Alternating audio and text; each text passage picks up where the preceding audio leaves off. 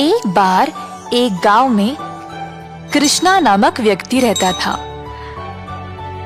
हर रोज वह दूध से घी बनाया करता था और अपने गांव के बाजार में बेचता था। यही थी उसकी रोजी रोटी कमाने का जरिया। अपने शुद्ध और मजेदार घी के लिए कृष्णा बहुत मशहूर था। घी ले लो, शुद्ध देसी गाय का घी ले लो, घी ले लो, घी ले लो। एक दिन एक मिठाई वाला सुंदर ने कृष्णा को बुलाया और 1 किलो घी के लिए मांगा। कृष्णा गया उसके पास। कृष्णा भाई, मुझे 1 किलो घी चाहिए।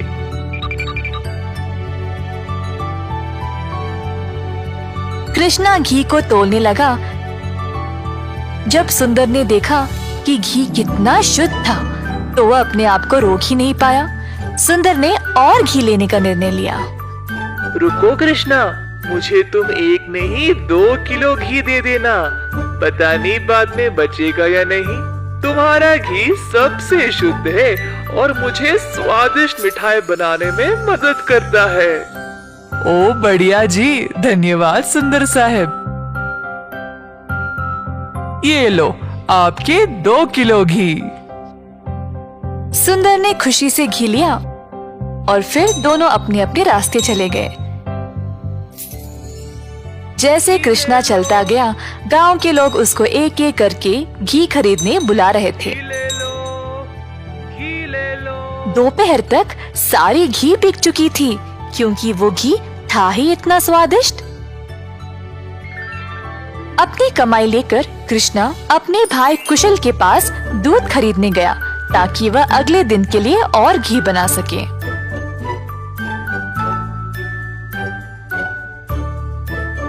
हर रोज कुशल देखता था कि उसका भाई बहुत घी बेचकर अच्छा पैसा कमा रहा था और उसका कारोबार दिन पे दिन और भी ज्यादा बढ़ने लगा। भाई, मुझे 5 लीटर दूध चाहिए घी बनाने के लिए। ओह, अभी तो मेरे पास नहीं है 5 लीटर। क्यों ना तुम शाम को आ जाओ, मैं तुम्हारे लिए बाजू में रखूंगा। कृष्णा के निकलने के बाद कुशल की पत्नी उसके लिए पानी लेके आई। देखा कमला, कृष्णा की तो किस्मत ही बदल रही है। दोपहर में ही इसने सारी घी बेच डाली और दूध के लिए वापस आया था। आप तो सारा दूध इनको ही दे देते हो ना, क्यों ना इस बार आप दूध में थोड़ा सा पानी मिला के दो। इस तरह हम भी ज्यादा पैसा कमा सकते हैं।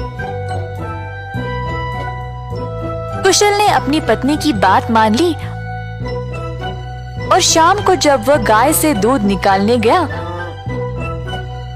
तो उसने दूध में पानी डालकर कृष्णा के लिए बाजू में रखा। अब कुशल रोज यही करने लगा। धीरे धीरे वह पानी की मात्रा और भी बढ़ाने लगा। अब कृष्णा इस बात से अनजान समझ नहीं पाया कि उसकी घी की शुद्धता दिन पे दिन कम क्यों होती जा रही। इस वजह से उसके बहुत सारे ग्राहक भी कम होते गए। अब कृष्णा दूध की गुणवत्ता को जांचना चाहता था तो उसने दही जमाया। जब दही जमा तो उसने ऊपर इतना सारा पानी देखा। शायद गाय की सेहत ठीक नहीं है, इसीलिए अच्छा दूध नहीं दे रही होगी। मैं कुशल को ये बात बोलता हूँ। जब कृष्णा कुशल के घर गया तो उसने अपने भाई और उसकी पत्नी को दूध में पानी मिलाते हुए देख लिया। अब उसको समझ आ गया कि उसकी घी की शुद्धता इतनी कम क्यों हो गई थी। ना जानते हुए कि वह क्या करे और बिना कुछ कहे कृष्णा वहां से निराश होकर चला गया। अब कृष्णा ने अपनी कमाई से 2 गाय खरीदे और खुद दूध निकालना शुरू किया। अब फिर से कृष्णा अच्छी वाली शुद्ध घी बनाने लगा। कृष्णा ने अपनी एक छोटी सी दुकान खोल ली जहाँ पे वो शुद्ध देसी घी बेचने लगा। उसी समय सुंदर उसके पास आया और बोला, हाय कृष्णा, पिछले कुछ दिनों से घी कुछ ठीक नहीं है। मेरे मिठाइयों के लिए अच्छे ग्राहक थे, केवल आपकी शुद्ध घी की वजह से। उम्मीद है अब आप अच्छा घी बना रहे हो। मैं चाहता हूँ कि मेरे ग्राहक वापस आ जाए। आप ये 2 गाय देख रहे हो, ये मैंने ही लाए हैं अब खुद दूध निकालने। अब से मैं ही दूध निकाल रहा हूँ, तो आज से घी भी सबसे बढ़िया मिलेगी।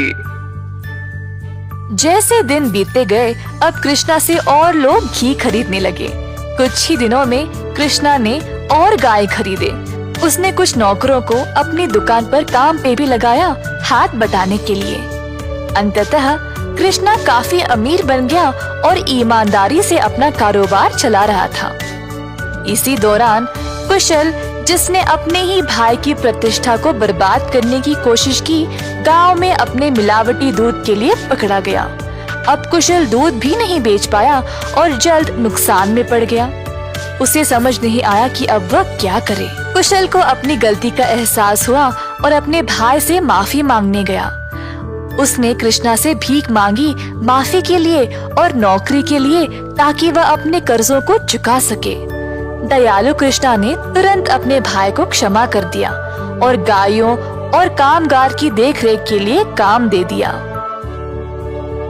इस कहानी से हम ये सीखते हैं कि दिल से माफी मांगने वाले को माफ कर देना चाहिए और हमेशा एक अच्छी प्रतिष्ठा रखनी चाहिए। जादुई कुआं। कई साल पहले एक छोटे से गांव में था एक जमींदार अरविंद नाम का। वे बहुत अनुशासित थे। हर रोज सवेरे मुर्गे के कुकड़कू बोलते समय ही जाग जाते थे।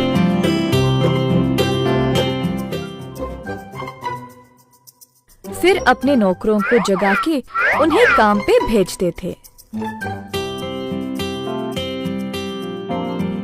चंद्रा और सूरी नामक 2 मुलाजिम जमींदार के लिए काम पे नए नए आए हुए थे, परंतु वे दोनों काफी आलसी थे और सवेरे उठ के खेत में जाना उनके लिए बहुत कठिन लग रहा था। दोनों एक कुएं के पास सोते थे। एक दिन चंद्रा ने सूरी से कहा, हाय रे, हर रोज सवेरे जाग के जाना बहुत ही कठिन काम है ना। सूरी को भी ऐसा ही लगा। हाँ चंद्रा, परंतु हम करे तो क्या करे, मुर्गे के कुकड़कू से ही जमींदार जी जाग जाते हैं। अरविंद जी ने इन दोनों का व्यवहार ध्यान से और चुपचाप से जांचा। आखिरकार उन्होंने एक दिन उन दोनों को सबक सिखाना चाहा। एक दिन जब दोनों सो रहे थे, कुएं के अंदर से आवाज आई, सूरी, कितनी देर और सोओगे? उठो और काम पे निकलो। सूरी को नींद में ही आवाज सुनाई दी और वो अचानक से जाग गया। बाजू देखा तो चंद्रा आराम से सो रहा है। सूरी को समझ नहीं आया कि ये आवाज कहाँ से आई। बुरा सपना मान के वो फिर से सो गया। अगले दिन की बात है और दोनों उसी कुएं के पास सोए थे। इस बार कुएं वाली आवाज चंद्रा को सुनाई दी। वो भी अचानक से जाग गया। आसपास देखा तो सूरी आराम से सोया था।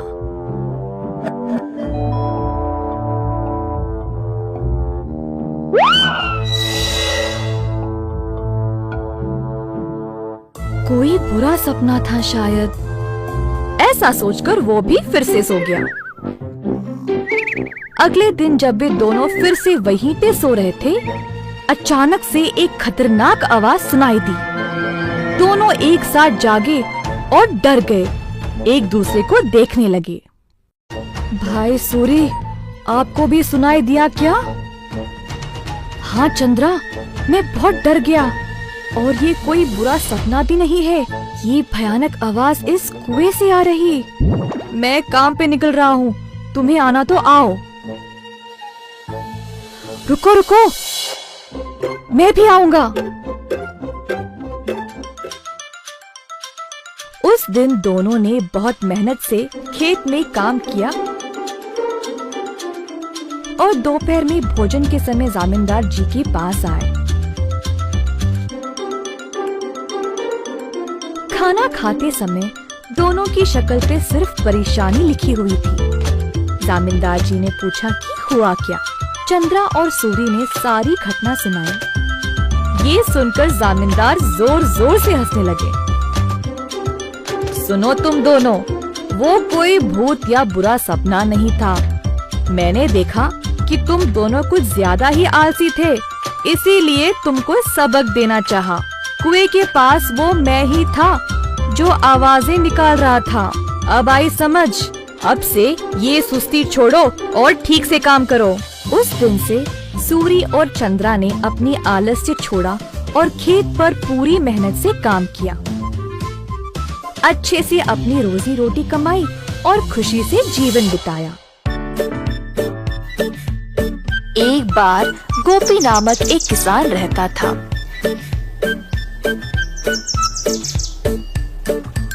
गोपी बहुत मेहनती था। सब लोग उसको पसंद करते थे और उसके साथ अच्छा व्यवहार करते थे।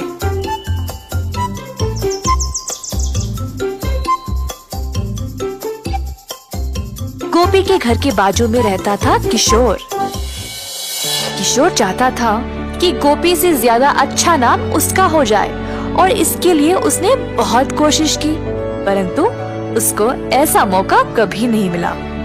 एक दिन किशोर दूध बेचने के बाद अपने घर वापस आया। बाहर सीढ़ियों पर बैठा था जब उसने पेड़ पर एक आम को लटकते हुए देखा।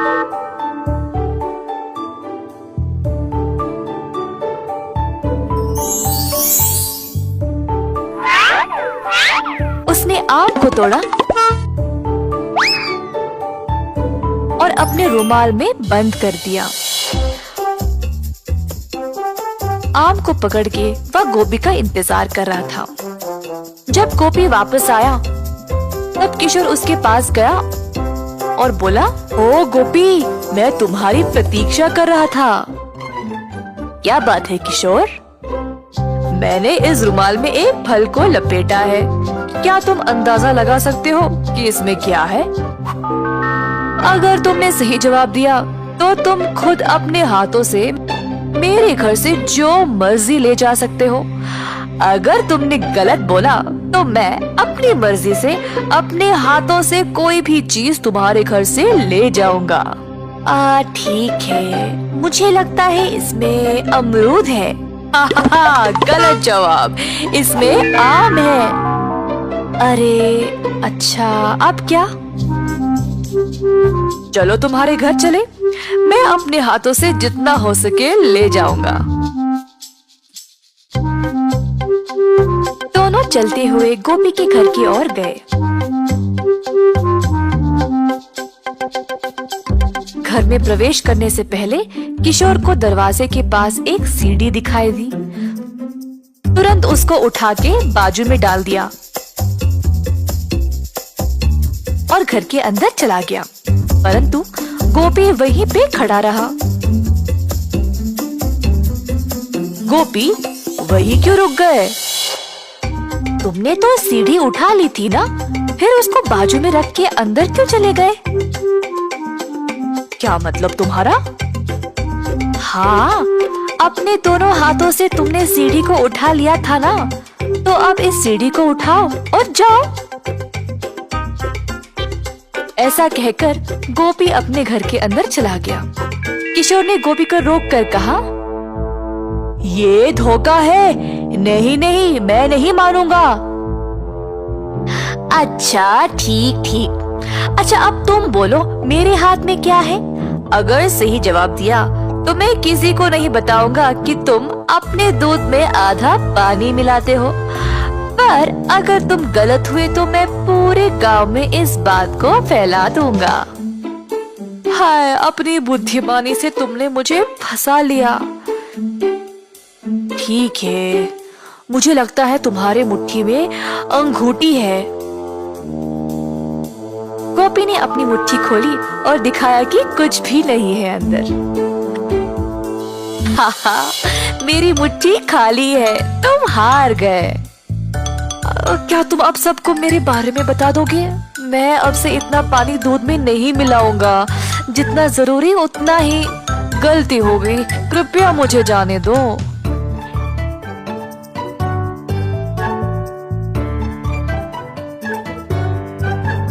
इस कहानी से हम ये सीखते हैं कि आत्म अनुशासन के बिना सफलता असंभव है। बंदर मामा।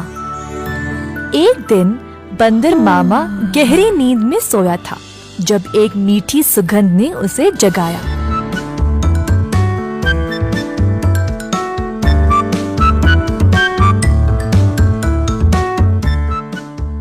अपनी टोपी और जूते पहनकर बाहर निकल पड़ा खुशबू सूंघते सूंघते।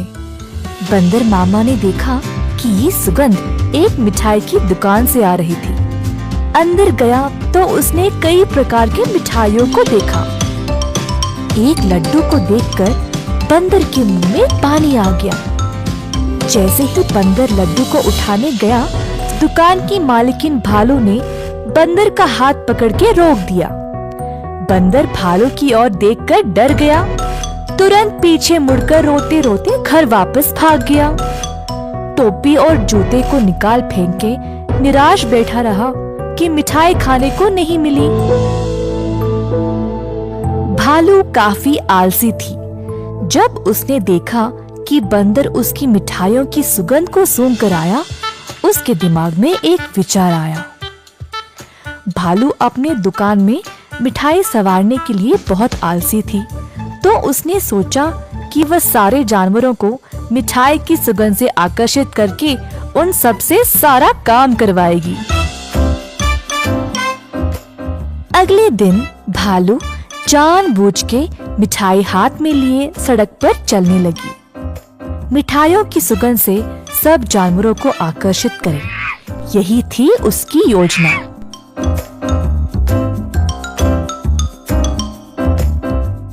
खुशबू फिर से बंदर मामा तक पहुंच गई। इस बार बंदर मामा से रहा नहीं गया और उनका जी ललचाया। वह किसी भी हालत में मिठाई खाना चाहता था। बंदर मामा चुपके से दुकान के बाजू वाले पेड़ पर लटकने लगा। जब भालू देख नहीं रही थी, तब बंदर मामा ने लड्डू उठाया और झट से मुंह में डाला। परंतु लड्डू गरम गरम था और बंदर मामा का मुंह ही जल गया। बंदर मामा को बहुत गुस्सा था। जल्दी घर भागा और पानी पी लिया। फिर से अपनी टोपी और जूते निकाल फेंक के रोने लगा। एक छोटा चूहा खिड़की से अंदर आकर बंदर मामा से पूछा कि हुआ क्या। बंदर ने सारी घटना चूहे को सुनाई। चूहे ने बोला कि उसके साथ भी ऐसा ही कुछ हुआ था। हमारे साथ भी कुछ ऐसा ही हुआ था। हमें भी वो मिठाई चखनी है। मेरे पास एक योजना है, लेकिन कुछ दोस्तों की मदद की आवश्यकता होगी। चूहा जल्दी से गया और कुछ दोस्तों को लेकर बंदर मामा के घर वापस आया। चूहे की योजना के अनुसार सारे जानवर दुकान के खुलने से पहले ही वहां पहुंच गए।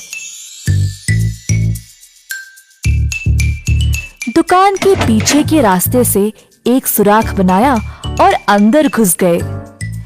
एक बंदर सारे मिठाइयों को देखकर ललचा गया।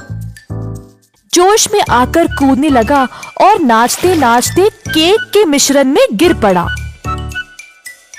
एक और बंदर एक बड़े से बाल्टी में झांका, ये सोचकर कि अंदर मिठाई होंगे, और फिसल के उसी के अंदर गिर गया।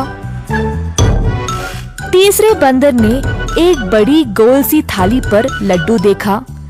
थाली की ओर दौड़ा और लड्डू खाने की कोशिश की, परंतु थाली गोल गोल घूमने लगी। बंदर लड्डू के पीछे भागता रहा और थाली रुकने का नाम ही नहीं ले रही थी। इसी दौरान भालू दुकान पर आ पहुंची। एक बंदर केक के मिश्रण में फंसा था। दूसरा बड़ी बाल्टी में और तीसरा बस लड्डू के पीछे गोल गोल घूम रहा था। ये सब देखकर भालू आश्चर्यचकित रह गई और सोची कि ये बंदर यहाँ चोरी करने आए हैं। जल्दी से एक छड़ी उठाई और बंदरों को मारने ही वाली थी, जब एक बंदर ने बोला, हम यहाँ चोरी करने नहीं आए हैं, हम केवल आपकी मिठाई को चखना चाहते थे। इनकी सुगंध इतनी मजेदार है, बस हमसे रहा नहीं गया। भालू ये सुनकर जोर से हंसने लगी। मेरे दुकान में चोरी छुपे घुसना गलत बात है। खैर छोड़ो, वैसे भी मुझे मिठाई बनाने में मदद चाहिए। अगर तुम लोग हर रोज मेरी सहायता करोगे तो मैं तुम्हें अच्छे अच्छे मिठाई खाने के लिए दूंगी। ये सुनकर बंदर मामा और उसके दोस्त खुश हो गए। उस दिन से सब जानवर मिठाई की दुकान पर काम करने लगे। भालू ने अच्छे से बंदरों का फायदा उठाया, बंदरों से मिठाई बनवाई और सजा सवार के रखवाया भी। मिठाई बेचने का काम भी बंदरों को ही दे दिया और भालू सिर्फ बैठ के मजे ले रही थी। भालू का पति ये सब देख रहा था।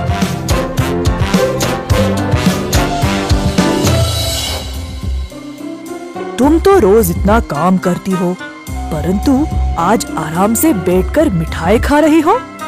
दुकान भी बंदरों से भरा पड़ा है। ये क्या हो रहा है यहाँ पे? बंदरों ने मेरा काम आसान कर दिया है।